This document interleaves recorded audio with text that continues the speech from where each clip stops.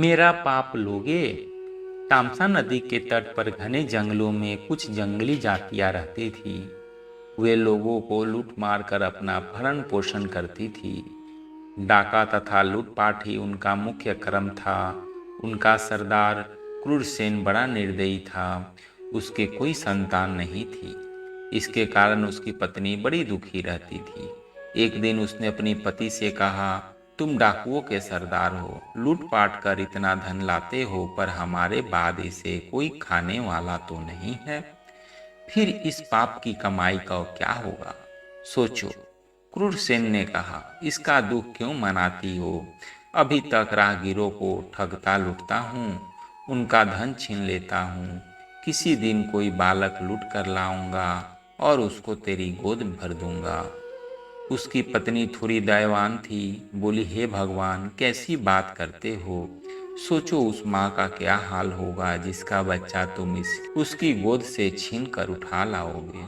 क्रूरसेन ने कहा, थोड़ा रो धो लेगी, फिर संतुष्ट कर लेगी। जब उसे दूसरा बच्चा हो जाएगा तो पहले वाले को भूल जाएगी। तुझे अपना बच्चा कभी नहीं होगा, इसलिए तेरी खुशी के लिए मुझे ऐसा करना ही पड़ेगा। एक दिन सचमुच क्रूरसेन किसी ब्राह्मण के बच्चों को उठा लाया। उसकी पत्नी ने उसे माँ जैसा प्यार देकर पाला। उसका नाम रखा रत्नाकर। बच्चा धीरे धीरे बड़ा होने लगा। जिस तरह निर्दयी डाकुओं के बीच वह पल रहा था, वैसे ही संस्कार उसमें आने लगे। बड़ा होकर उसने भी अपनी जीविका इसी प्रकार लूटमार से शुरू की।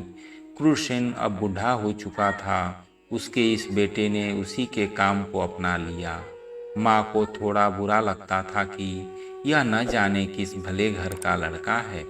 हम लोगों की संगति संस्कार से लुटेरा बन गया, पर कह कुछ नहीं पाती थी। लड़का जब जवान हो गया तो उसकी शादी करा दी गई।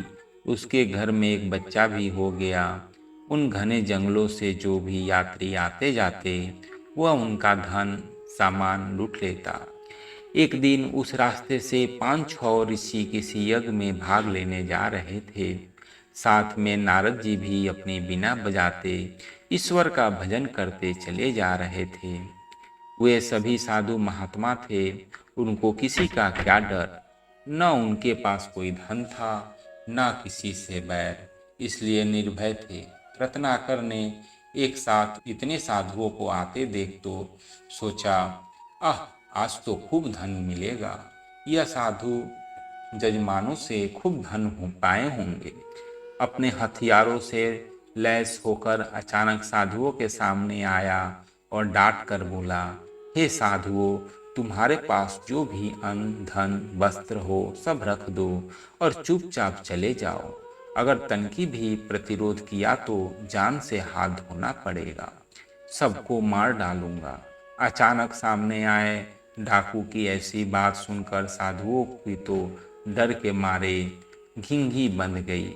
डरने से तो संकट से छुटकारा मिलेगा नहीं। यह सोचकर नारद जी ने साहस से कहा, भाई, हम लोग साधु सन्यासी हैं, हमारे पास धन कहाँ। हम लोग एक यज्ञ में जा रहे हैं। यज्ञ की समाप्ति पर ही कुछ दक्षिणा मिलेगी।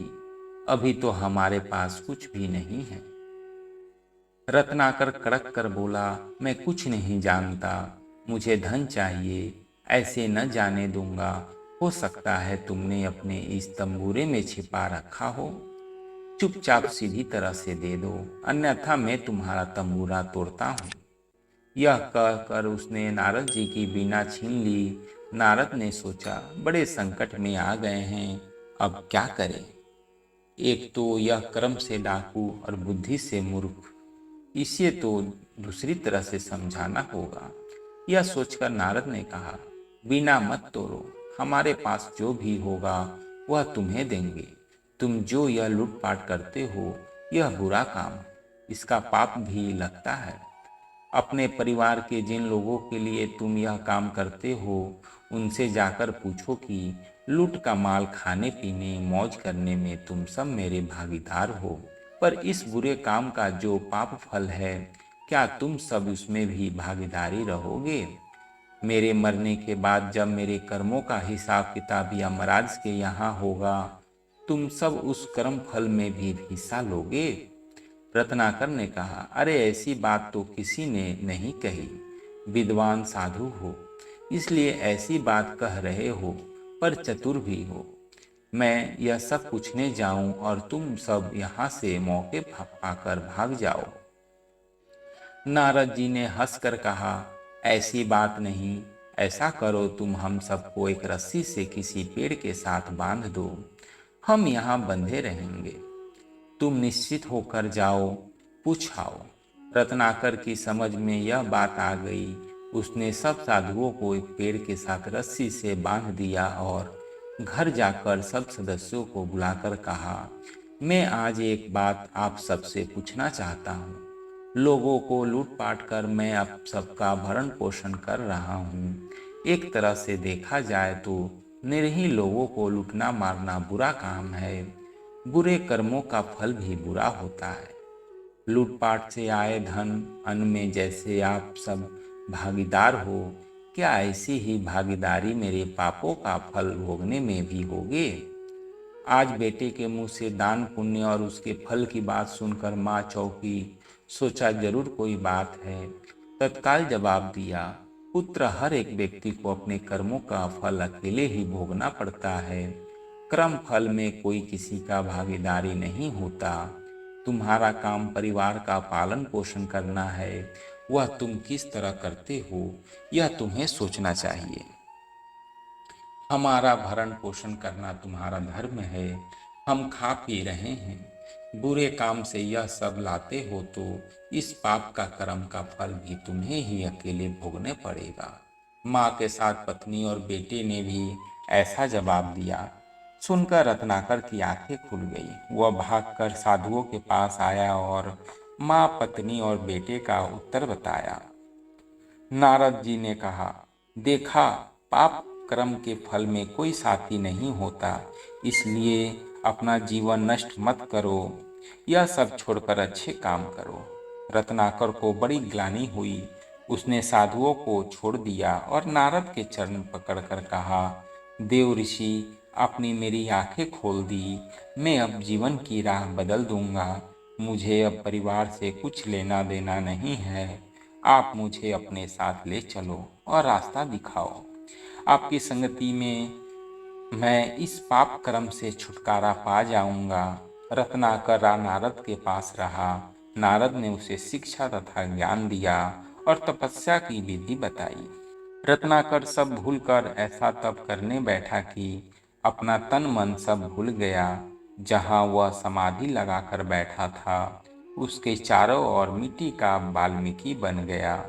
उसी के बीच वह तपस्या में समाधि लगाया रहा। एक दिन नारद के साथ सरस्वती देवी आईं। वर्षा से मिट्टी का वाल्मीकि घुल गया। रत्नाकर की समाधि भंग कर नारद ने कहा, रत्नाकर उठो, तुम्हारी साधना तपस्या सफल हुई। वीणा वादनी सरस्वती तुम्हें महाकाव्य लिखने की प्रतिभा प्रदान करने आई है। अब तुम्हारा नाम वाल्मीकि से प्रकट होने के कारण वाल्मीकि होगा। समझो तुम्हारा पुनर्जन्म हुआ। वाल्मीकि ने नारद और सरस्वती को प्रणाम किया। उन्हें आगे चलकर भगवान राम के जीवन पर रामायण लिखी, जो वाल्मीकि रामायण नाम से प्रसिद्ध है।